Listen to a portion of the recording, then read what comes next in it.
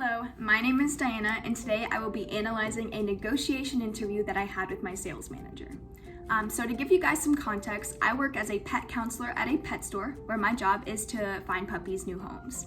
So some of these puppies can be a little bit pricey. However, they do come with the vet training and shopping packages that they need, that you guys saw, that ensure that the puppies have everything that they need.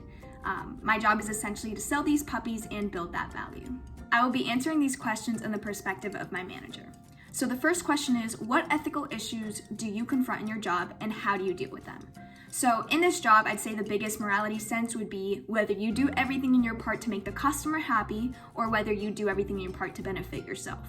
In the sense of pricing. So essentially we are allowed to add additional kits and things like that. However, you don't have to. So at the end of the day, does it come down to doing whatever it takes to make the customer happy and get the lowest absolute price?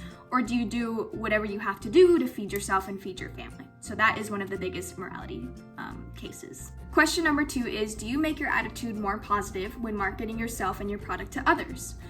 Absolutely, it is all a facade. It's all about being overly positive, overly talkative, overly social, and just making yourself seem a lot happier and positive than you usually are. And this definitely helps in the sense of making customers have that excitement factor, making them play with emotions when it comes to purchasing these puppies. Question number 3 is, do you believe you hold the bargaining power, and how does this influence your strategy? So yes and no, it really just depends on the customers. So if it comes to my ethical stance where I feel that I am going to be set on my price, I will not budge, I will be more tough, then I feel like I have more control. Whereas if I'm doing something to benefit the customer, to get the lowest price, taking off kits, things like that, that is where I feel that they have more of the bargaining power. And I feel like at the end of the day, it really just depends on feeling out the situation, feeling out your connection and your relationship with these people to see what is most beneficial. Question number 4 is, can you give me an example of a negotiation strategy that you've used to close a deal? Hitting at pride. What I mean by that is when I'll get a father figure or the most alpha person in the family member, and they're really trying to haggle on a price, and they're really being set in stone with this exact product, what they want, and they want it for this price. I'll just be like, if you can't afford that, you can get this thing. Completely shoot them down and completely ignore the fact that they want to haggle or something, and I'll just say, sorry, if you can't afford it, I'll point into a different direction.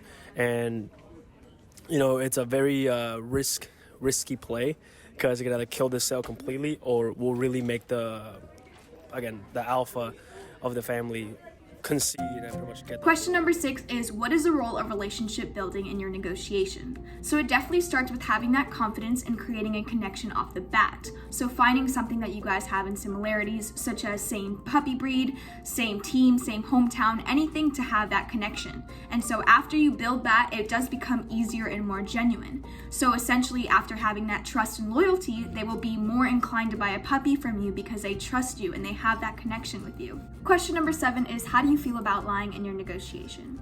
He says, I'd rather not do it. I'd rather not use that as my main source of negotiation. However, sometimes you do need to put a little icing on the cake in order to send the deal home. Question number 8 is, what are some of the most effective negotiation strategies and tactics? So definitely overwhelming the customer with facts and information. Just making them believe everything that you say is definitely important right off the bat. On top of that is just finding similarities, finding that connection, building that relationship, asking them questions about how they got there, what they're planning on doing, if they have a dog, and things like that. Question number 9 is, have you ever deliberately triggered people's emotions during negotiations, and why? Yes, definitely pulling at the heartstrings and hitting at pride are 2 of the things that, if executed correctly, can send a puppy home. Buying a puppy is all emotional. It's all about falling in love with the puppy, creating that connection, creating and falling in love with its personality. And so if you use that to your advantage, you can definitely be more beneficial in the negotiation and eventually get them to send the puppy home. Question number 10 is, do you feel what you are negotiating is fair? And his response was, Yeah. Yeah. to be honest. Yeah, 80% of the time, yeah.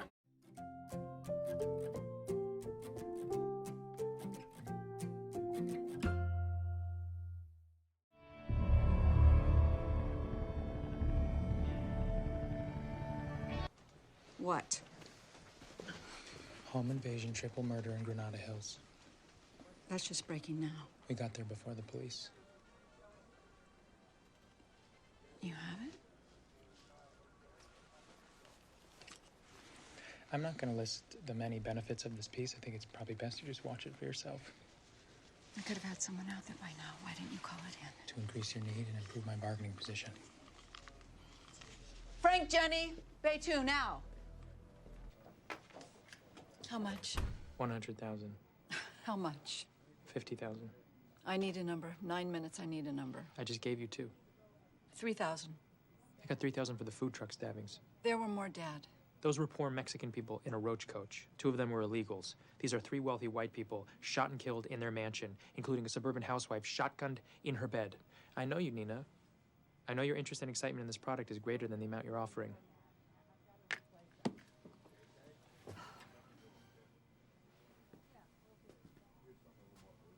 $5,000. 30,000. 7,000. 25,000. 8,000. 15,000. 9,000. 15,000. 10,000. 15,000. Give me a serious number. 15,000. Can't do it. Never happened. There's a matter of precedent. 10's my last best offer. Okay. Really? Where are you going? Sevens approached me at least several times. The ND there gave me his number. They'll make me a better offer. It's a 5-minute drive. Hold on.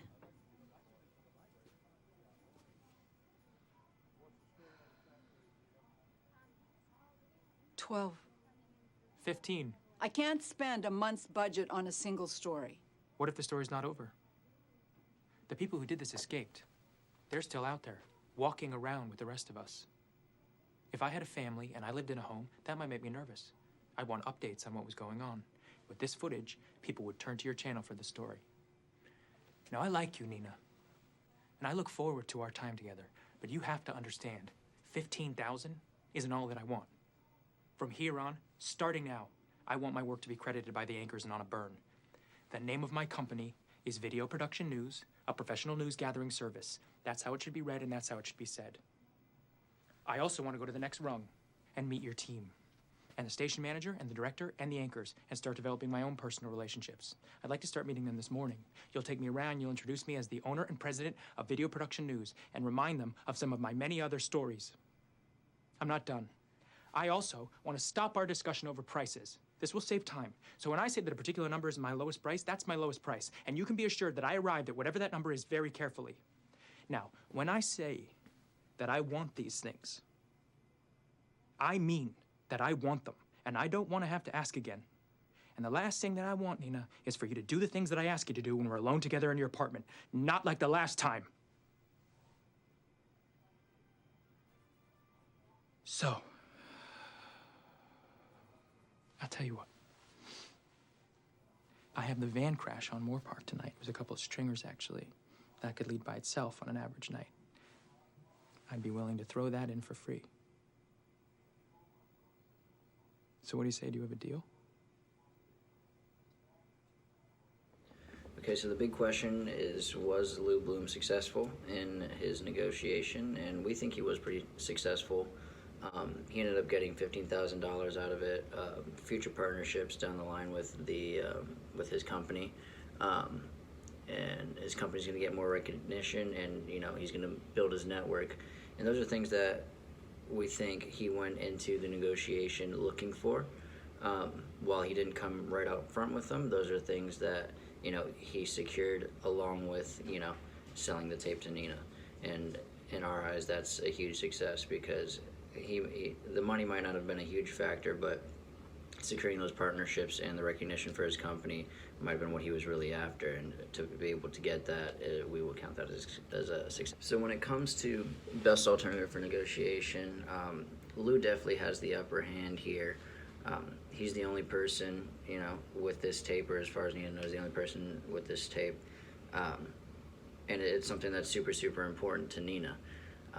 So he can, he threatened to walk out, he threatened to go to a different news source, and that is huge because Nina really, really doesn't want that. She really wants this story, and it was smart of Lou, to threaten that, because he ended up getting more by adding concessions, to end up getting more out of the negotiation than he started out asking for.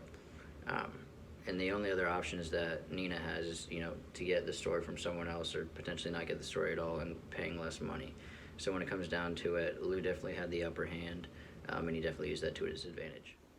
So the next concern is there a power imbalance? we believe that relatively they have equal power, but for different reasons. So, Lou, he has a few types of power. He has the assets. He's the one who controls the video types, which is what Nina wants.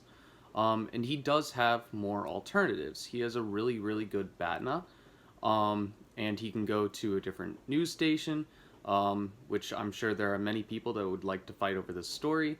But Nina does have some power as well. She is the one with the corporate backing.